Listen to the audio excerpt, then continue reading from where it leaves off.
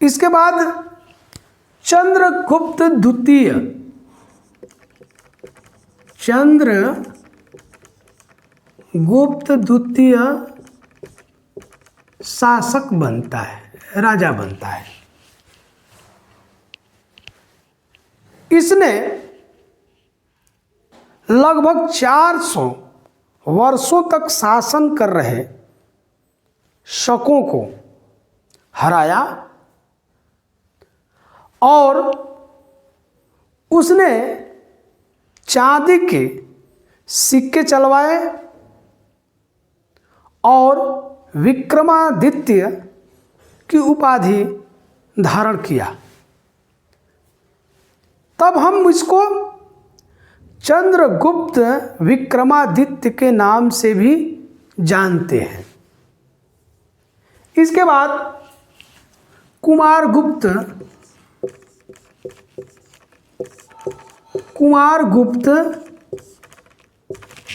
शासक बनता है, राजा बनता है।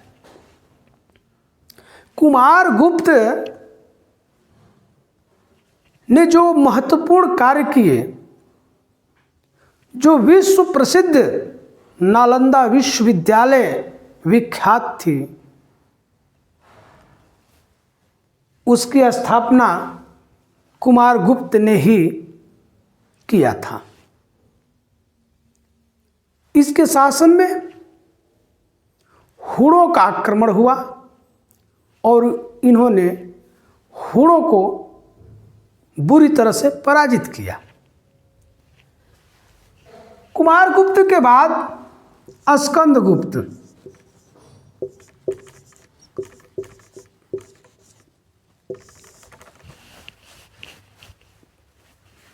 स्कंदगुप्त राजा बनता है तो एक महत्वपूर्ण कार्य करता है। मौर्यों द्वारा बनाई गई जो सुदर्शन झील थी, उस झील का जीर्णोद्धार जो है स्कंदगुप्त ने ही कराया और इसके शासन में भी हुणों का आक्रमण हुआ और हुणों को इसने भी जो है कि पराजित किया। इसके बाद जो है कमजोर शासक हुए और गुप्त साम्राज्य बिखर गया। गुप्त काल को हम स्वर्ण काल के नाम से जानते हैं। गुप्त काल को स्वर्ण काल,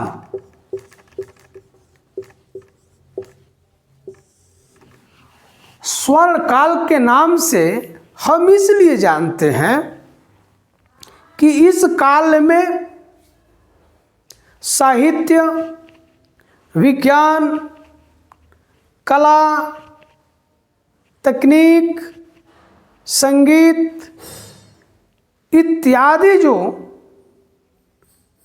चीज़ों का तेजी के साथ विकास हुआ। इसलिए इस काल को स्वर्ण काल के नाम से इतिहास में जानते हैं। अब हम आते से साहित्य।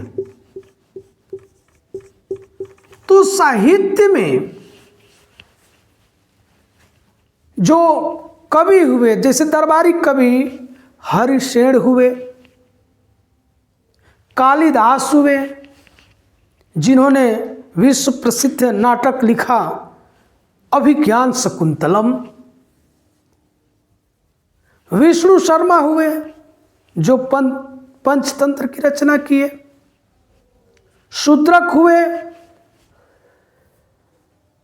तो साहित्य के क्षेत्र में बहुत विकास हुआ। दूसरा नंबर पर हम आते हैं संगीत।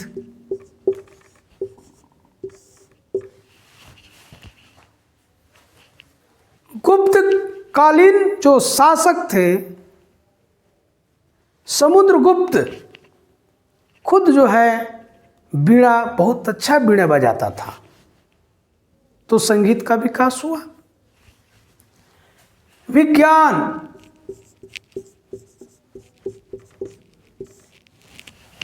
विज्ञान में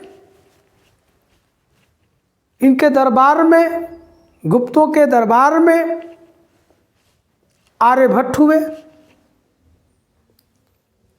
आर्यभट्ट ने ही सबसे पहले बताया कि पृथ्वी जो है सूर्य का चक्कर लगाती है। इसके बाद वराहमिहिर हुए, जिन्होंने बताया कि कोई ऐसी चीज है पृथ्वी के अंदर जो वस्तु को अपने से चिपकाए खींच लेती है, जो बाद में गुरुत्वाकर्षण के नाम से आज हम जानते हैं। तो विज्ञान के क्षेत्र में कला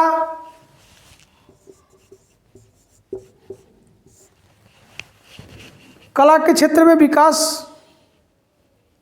बहुत बढ़िया हुआ, जिसे अजंता की गुफाओं में जो चित्रकारी की गई है, आज भी जैसे लगता है कि हाल ही का बनाया गया है। तो कला के क्षेत्र में विकास हुआ। इसके बाद जो मंदिर में निर्माण में जो झांसी में दशावतार मंदिर है, कला के क्षेत्र में बहुत सुंदर उसकी डिजाइनिंग की गई है। तो ये कला। अब इसके बाद धर्म, ये गुप्तकालीन जो शासक थे ये वैष्णव धर्म के अनुयायी थे और इनका राजकीय जो चिन्ह था वो गरुड़ था। इस तरह से गुप्तकालीन व्यवस्था थी। प्रशासन में राजा, प्रशासन भी समझ लीजिए, प्रशासन में जो राजा जो सर्वोपरि होता था, जो महाराजा धीराज की उपाधि धारण करता था, सर्वोपरि हो गए। इसके बाद मंत्रिपरिषद होती थी। इसके बाद जिले होते थे, गांव होता था। इस तरह से बटा हुआ प्रशासन था और अधिकारी अपने अपने कार्य को करते थे। अब इसी काल में विदेशी यात्री फाहियान भारत आया था और उन्होंने आकर के ये सारी चीज़ों को देखा और अपनी पुस्तक में उसने वर्णन भी किया कि यहाँ की प्रशासन, यहाँ के लोग कितने दयालु, ईमानदार, दानी थे, चोरी नहीं होती थी, अपराधी को दंड दिया जाता था। ये अपनी पुस्तक में उसका वर्णन किया है। तो इस तरह से ये रहा गुप्त काल।